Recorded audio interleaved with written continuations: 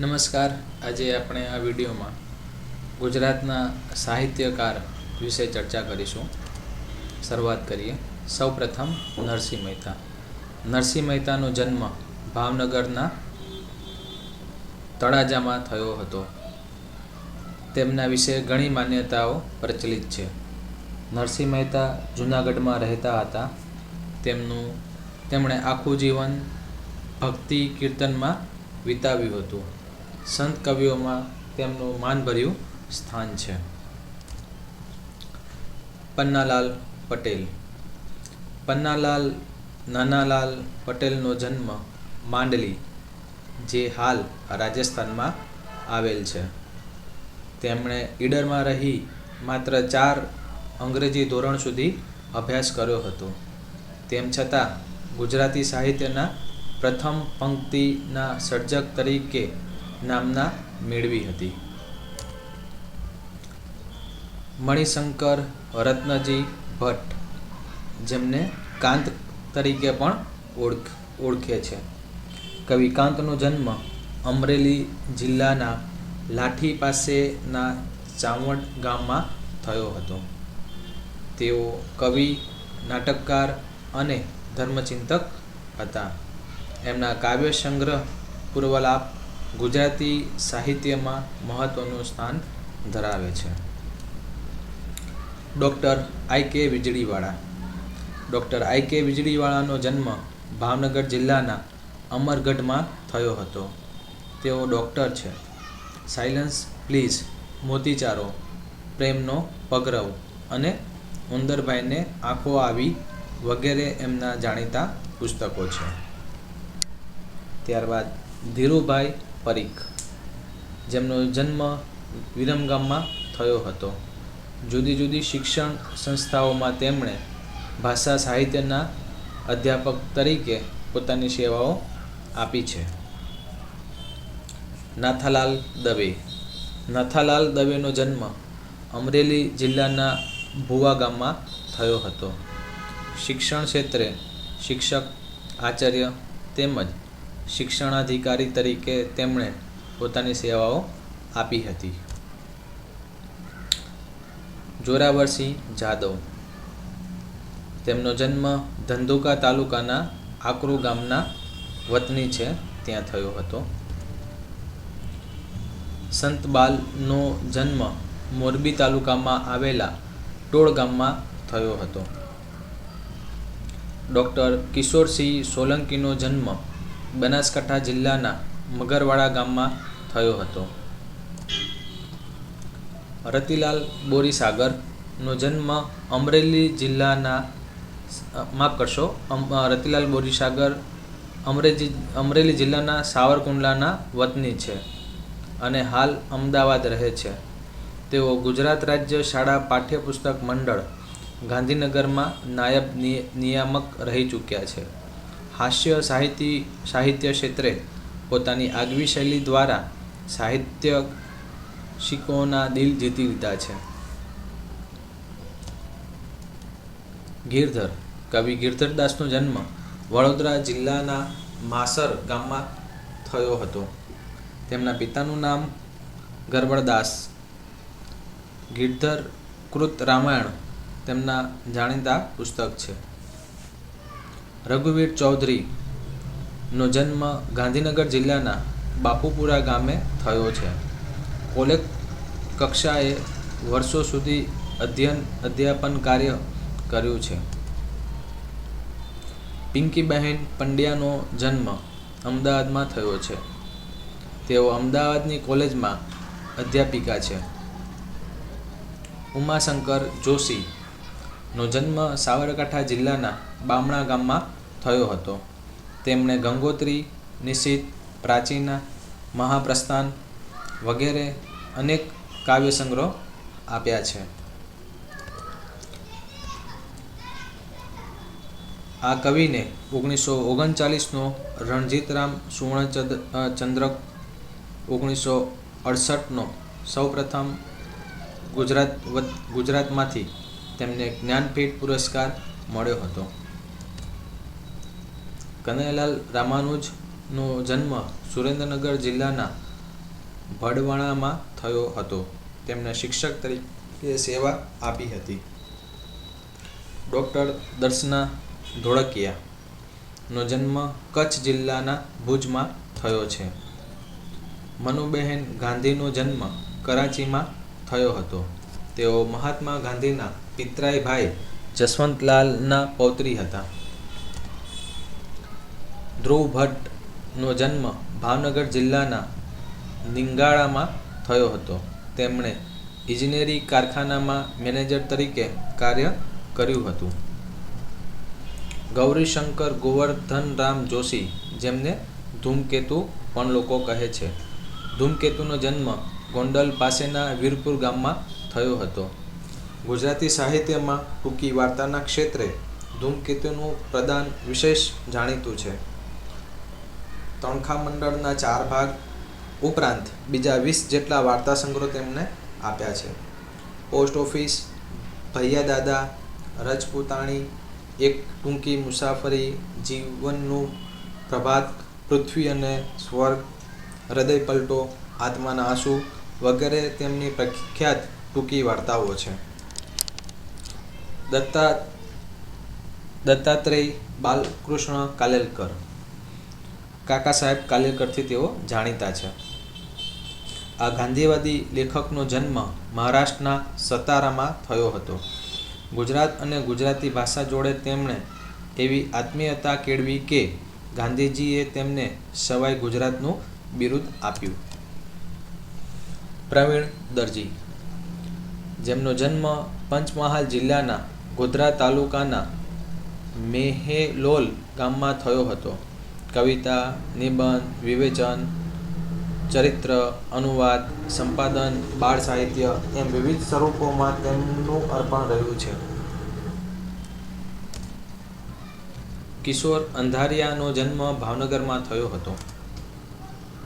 Doctor Chandrakant Mehta Ahmedabad જિલ્લાના ધોળકા પાસેના રસોડા ગામના વતની છે. હાલ અમદાવાદમાં રહે છે.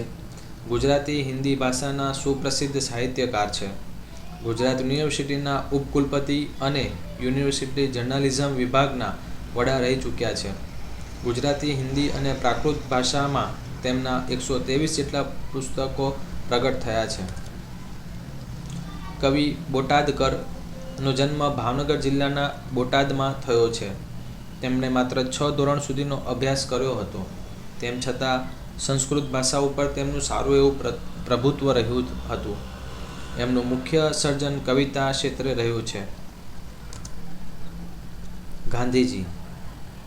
ગાંધીજીનો જન્મ પોરબંદરમાં થયો હતો.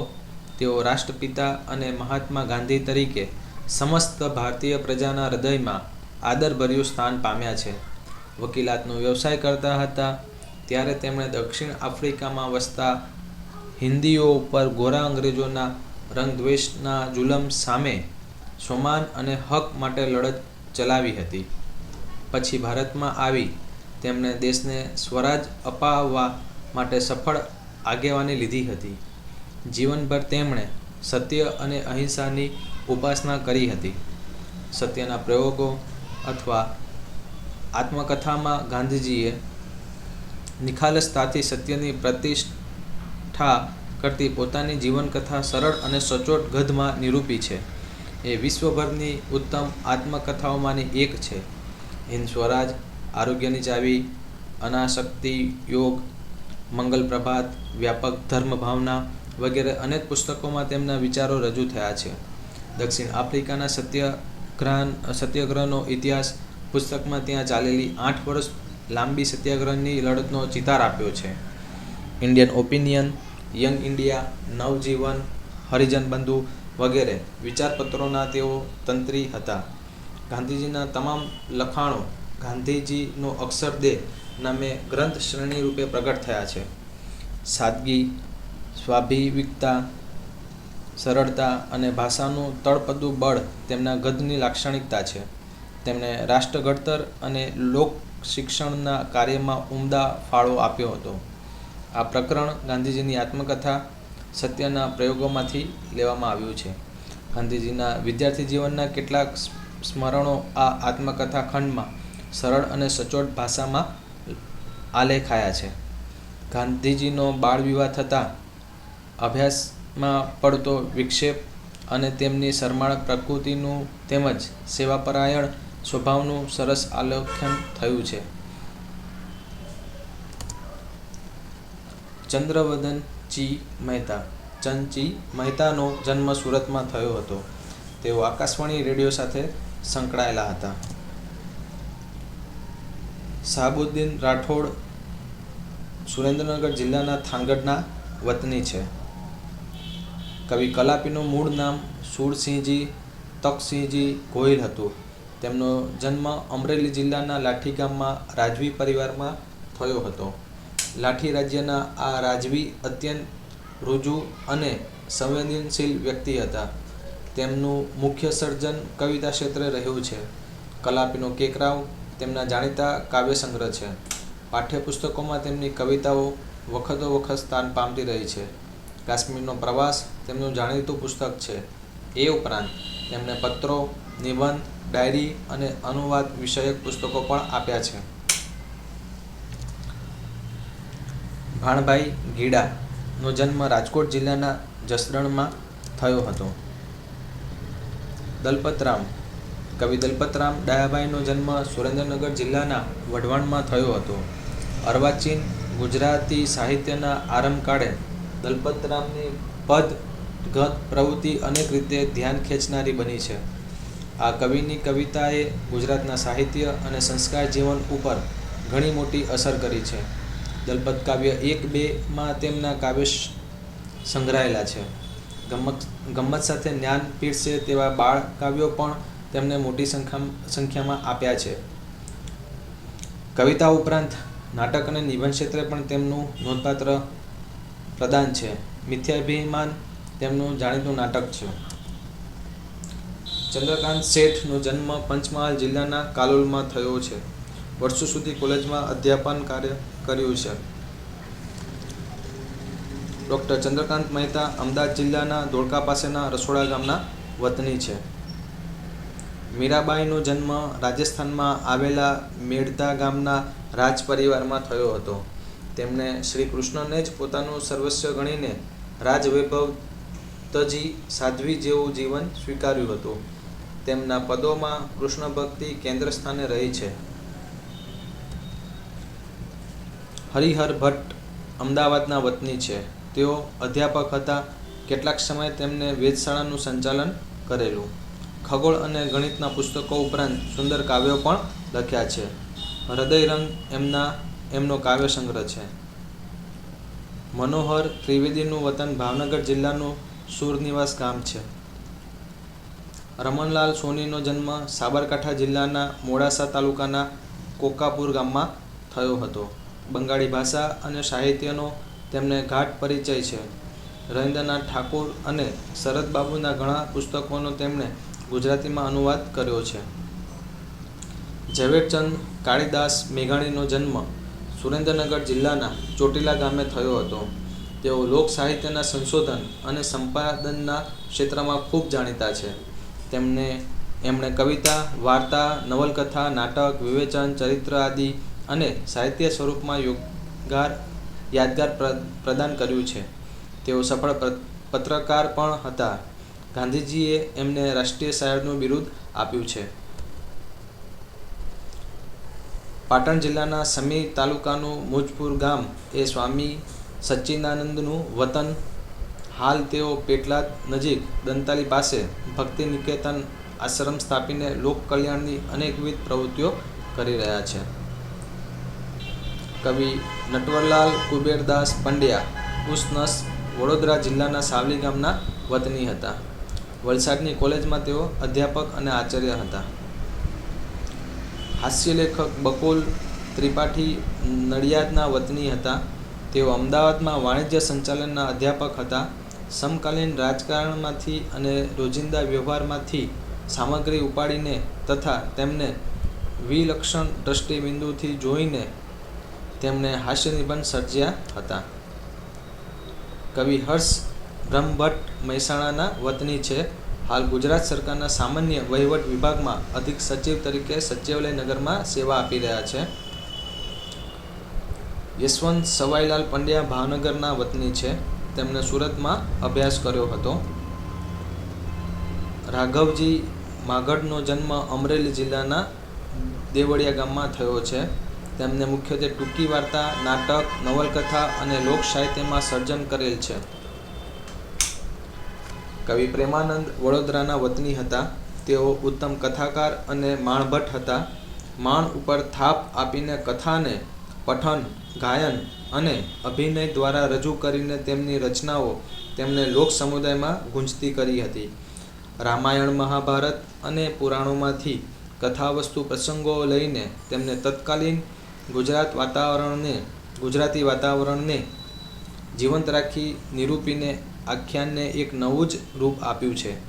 ઓખાહરણ, ચંદ્રહાસ આખ્યાન, અભિમન્યુ આખ્યાન, સુદામા ચરિત્ર, કુંવરબાઈનું મામેરું, નળાખ્યાન, રણયજ્ઞ વગેરે વિવિધ રસોથી સભર આખ્યાનો આપીને તેમણે ગુજરાતી આખ્યાન કવિતાને સમૃદ્ધ કરી છે.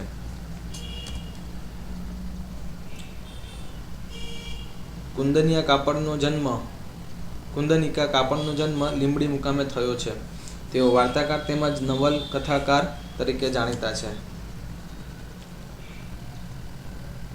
તે ઉપરાંત શ્રેયરશ્મિ ઉપનામથી જાણીતા કવિ ઝીણાભાઈ રતનજી દેસાઈ નો જન્મ ચીખલી એટલે કે વલસાડ જિલ્લો ગામના વતની હતા. ઘણા વર્ષો સુધી અમદાવાદમાં આવેલી ચી.ન. વિદ્યા વિહારના આચાર્ય તરીકે એમણે કામ કર્યું હતું. ઈશ્વર પેટલીકરનું મૂળ નામ ઈશ્વર મોતીભાઈ પટેલ હતું.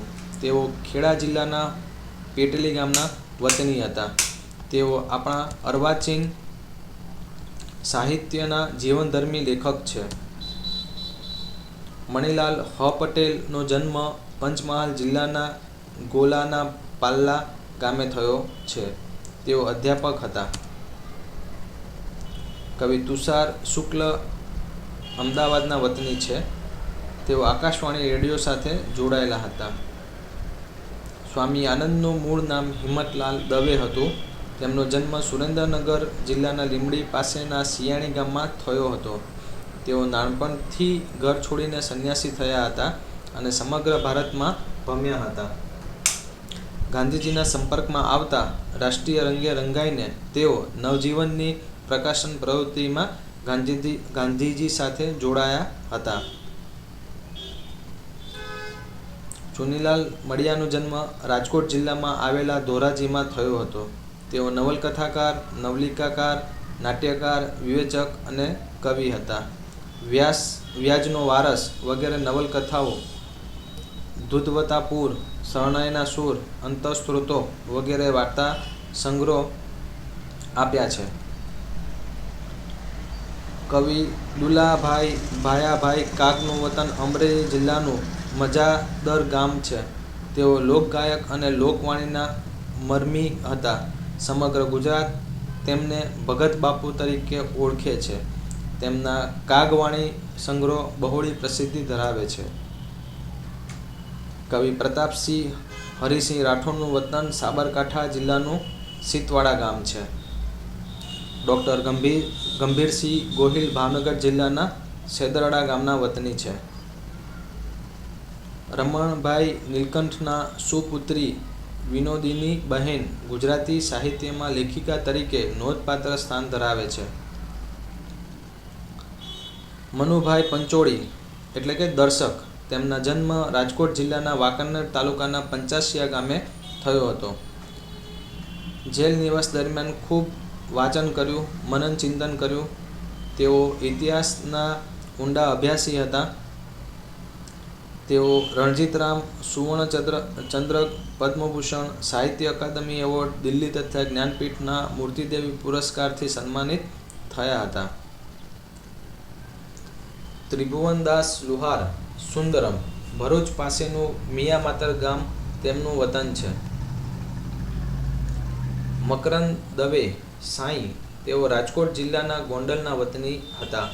આઝાદીની ચળવળમાં જોડાયા હતા. અનેક અખબારોમાં કામ કર્યું.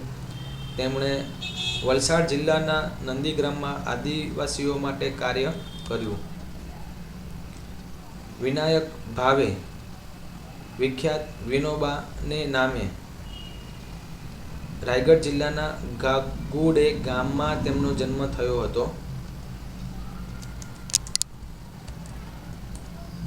તેઓ આચાર્યના હુલામણા નામે પ્રસિદ્ધ હતા. ગાંધીજીના અનુયાયી અને ભૂદાન ચળવળના પ્રણેતા હતા. પૂજાલાલ દલવાડીનું વતન આણંદ જિલ્લામાં આવેલું નાપા ગામ છે.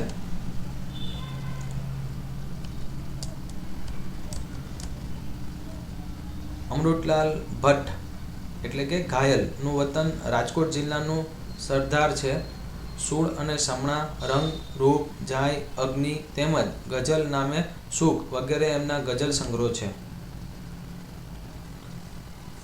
ઇસ્લામીભાઈ નાગોરી રાજકોટ જિલ્લાનું વાંકાનેર તેમનું વતન હતું.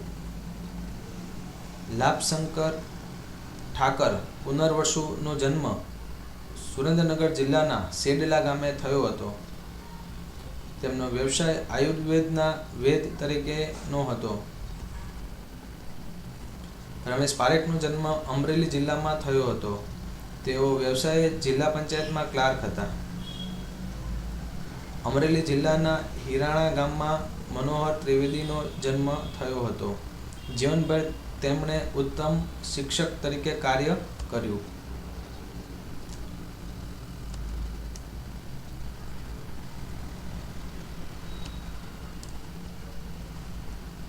નસીમ હરીશ મહુવાકર તેમનો જન્મ ભાવનગરમાં થયો હતો. મહાદેવભાઈ દેસાઈનું વતન દહેણ એટલે કે જિલ્લો સુરત. મહાદેવની ડાયરી 1 થી 17, સંત ફ્રાન્સિસ, 2 ખુદાઈ ખિદમતગારો, વીર વલ્લભભાઈ વગેરે તેમનું મહત્વનું લેખન છે. અનુવાદમાં નોંધપાત્ર કાર્ય કર્યું છે. કુમારપાળ દેસાઈ સુરેન્દ્રનગર જિલ્લાના સાયલા ગામના વતની શ્રી કુમારપાળ દેસાઈનો જન્મ અમદાવાદમાં થયો હતો. તો આ અમારા વિડીયોની એક યાદી છે, જેના અંદર આશરે 70 જેટલા વિડીયો છે, જેના અંદર ગુજરાતી સાહિત્ય, ગુજરાતી વ્યાકરણ, અંગ્રેજી વ્યાકરણ, ગણિત, રમતગમત, કરંટ અફેર્સ, ગુજરાતની ભૂગોળ, ગુજરાતનો ઇતિહાસ, સંસ્કૃતિ, ભારતની ભૂગોળ, વિશ્વનો ભૂગોળ, ગણિતની વિવિધ શોર્ટકટ ટ્રીકો, રિઝનિંગની શોર્ટકટ ટ્રીક, તેવી રીતે કોમ્પ્યુટર, એમ તમામ પ્રકારનું સંપૂર્ણ મટીરિયલ અવેલેબલ છે. આ માહિતી બનાવવા માટે અમોએ ગુજરાત રાજ્ય શાળા પાઠ્યપુસ્તક મંડળ ગાંધીનગરનો રેફરન્સ લીધેલ છે. જો આપને આ વિડીયો પસંદ પડ્યો હોય તો જરૂરથી એક શેર અને એક લાઇક કરવા આપશ્રીને વિનંતી છે. આ સિવાય જો આપને કોઈ અન્ય માહિતી અથવા તો મટીરિયલની જરૂરિયાત હોય તો આપ અમોને તે બાબતનો એક રિક્વેસ્ટ ઈમેલ કરી શકો છો. અમારો ઈમેલ આઈડી છે icangetjob@gmail.com. અમારી વેબસાઇટ છે www.icangetjob.com. આ વેબસાઇટમાં રજિસ્ટ્રેશન કરાવવાથી આપના એકાઉન્ટમાં ઈમેલ આવશે, જેમાં એક લિંક હશે. તે લિંક ઉપર ક્લિક કરવાથી આપનું રજિસ્ટ્રેશન એક્ટિવેટ થઈ જશે અને રજિસ્ટ્રેશન એક્ટિવેટ થઈ ગયા બાદ 3 જ મિનિટમાં અમારી વેબસાઇટમાં રહેલું સંપૂર્ણ મટીરિયલ અથવા તો સાહિત્ય આપને 3 જ મિનિટમાં આપને મળી જશે. અમારી યુટ્યુબ ચેનલમાં રજિસ્ટર કરાવવાથી આવનારા બીજા વિડીયો જે અમે રેગ્યુલરલી અપલોડ કરીએ છીએ એ વિડીયોની માહિતી આપને આપોઆપ આપના ઈમેલ એકાઉન્ટની અંદર મળી જશે.